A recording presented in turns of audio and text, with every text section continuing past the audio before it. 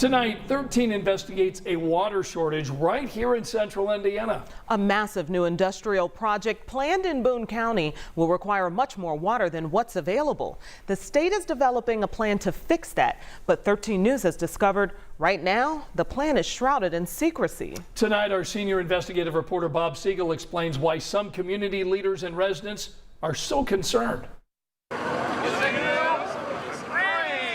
Breaking ground on Eli Lilly's $3.7 billion manufacturing campus near Lebanon is a big deal, but just a small piece of a much larger project.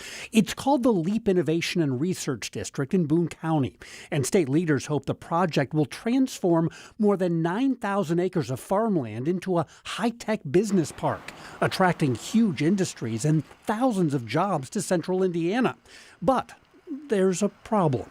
There's not enough water in the Indianapolis area to support this. Matt Gentry is the mayor of Lebanon. Water here in Boone County is a challenge. We have to find some solution to bring additional water to central Indiana. That solution is already being developed. An ambitious plan to pipe in billions of gallons of water to Boone County each year from Indiana's most famous water source, the Wabash River. It does not run through Boone County, but if state officials have anything to say about it, that won't matter. 13 Investigates has obtained this. It's a $10 million state contract to plan a 35-mile pipeline from Lafayette to Lebanon.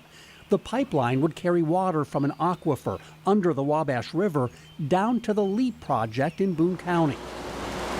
How much water are we talking about? Well, initially 10 or 20 million gallons a day.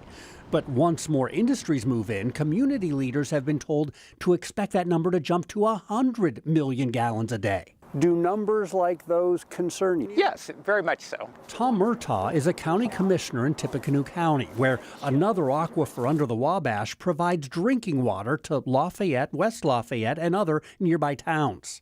We want to make sure that we have the water that we need for our growing community and the needs for generations to come. So to draw, a significant amount of water from the aquifer here is concerning.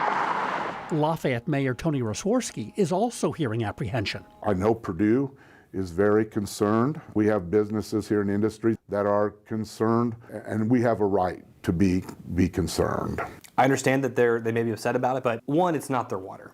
Water is a state resource. There's plenty enough to share. Is there plenty? We have seen the river go very low. Connie Brown is skeptical. In the last few years, it's been extremely low in the summer, lower than we've ever seen it. Connie and her husband live along the Wabash and rely on the river every day. We're on a well, and we need those waters. Water levels have come up a little bit. Keith Chirkauer understands Connie's concern. He researches Indiana waterways, and he says there's usually plenty of water flowing through and under the Wabash, but not always. Something like the summer of 2012, when we were in drought conditions, pulling out 100 million gallons of water a day is over 20% of the flow. So that's a substantial removal of water.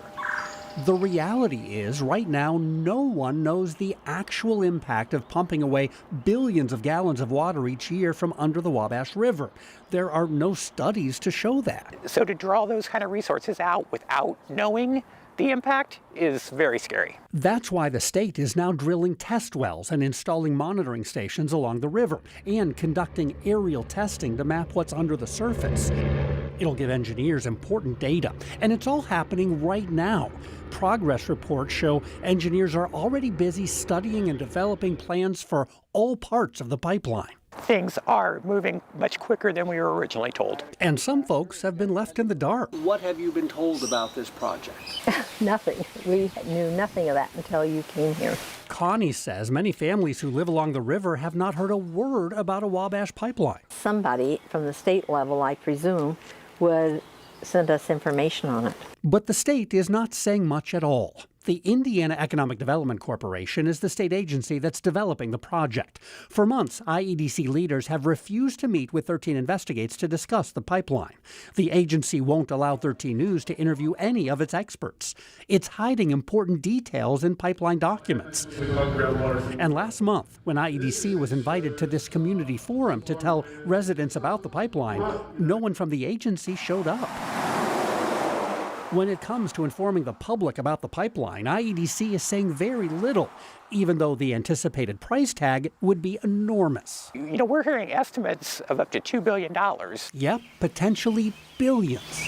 IEDC says that money will help solve a water problem not only for Boone County, but also for Indianapolis. Studies suggest the metro area will outgrow its water supply within the next few decades. Hamilton County, Marion County, that whole area is predicted to be out of water by 2050. I've looked at the reports. There is a problem looming on the horizon. Folks in Tippecanoe County say they are not against the LEAP project.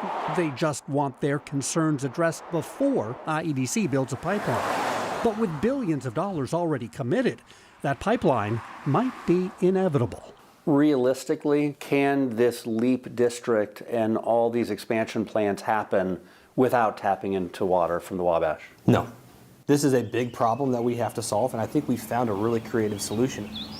Right now, Indiana has no law to prevent anyone from taking water from a public waterway and pumping it somewhere else, even out of state. Some lawmakers want to change that, but a bill introduced this year never even made it out of committee.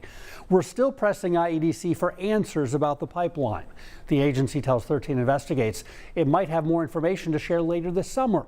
We'll certainly keep you posted. I'm Bob Siegel, 13 Investigates.